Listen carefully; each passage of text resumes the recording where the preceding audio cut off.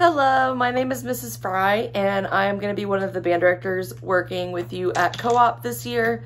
I'm just doing a few really quick videos to get you started of things that you can kind of work on before we meet for the first time. Okay, so this first video, I'm just going to give you an overview of the parts of the flute. That way, in future videos, when I'm talking about the head joint versus the body, you'll kind of know what I'm talking about. Okay, so go ahead and have your flute with you. It should be in a case. Mine looks like this. Yours might look something a little bit different or similar. But when you open it, you always want to open it on the floor. That way, if it falls, it's not falling really far. So you don't want to open it on your bed or on a table or on a chair. We always open our cases on the floor, and then make sure that it's not upside down because you don't want your flute to fall out. So if some flutes have a label like the name of the company, that's usually the top. Or if you look at the side, the thicker part is usually the bottom because that's where the case is held. So just double check and make sure you're opening it the right way. And then go ahead and open your flute up. I'm going to hold mine up just so you can kind of see. Your flute has 3 different parts. So you have one really, really long piece. This is called the body. Okay.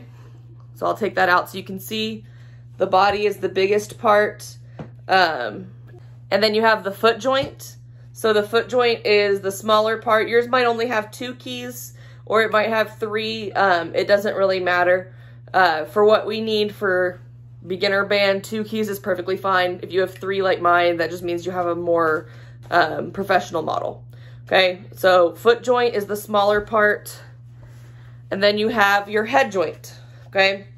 So the head joint is the part that you blow across. It has this part right here. This is called the lip plate. It looks like a little plate. That's where your lip goes.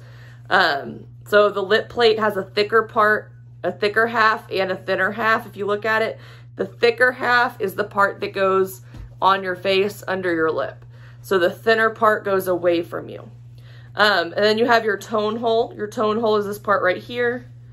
And then at the top up here, we call this the crown at the top of the head joint. Makes sense, right? And then on the inside right here, there's a part that's called the cork. There's a little, it almost looks like a little wine cork. And that just helps with the production of the sound. You never ever want to untwist this or mess with your cork. If you feel like something's wrong with your cork or with your crown, you can bring it to me and I'll help you with that. And then this part right here where it's not as shiny, this is called the tenon, T-E-N-O-N. And if you look on the bottom of your body, there's also a little bitty tenon right here. The tenon is the part that goes inside any other part. From there, anything that you press down, we call a key. So it's not a button. It's not a valve like a brass instrument. We call it a key. So all of these are keys. You have pinky keys. You have thumb keys.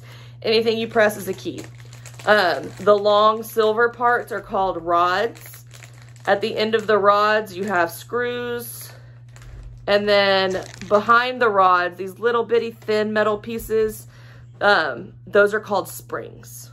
So those are really all the words and terms that you need to know for your flute. So in the next video, we'll talk a little bit about making our first sounds.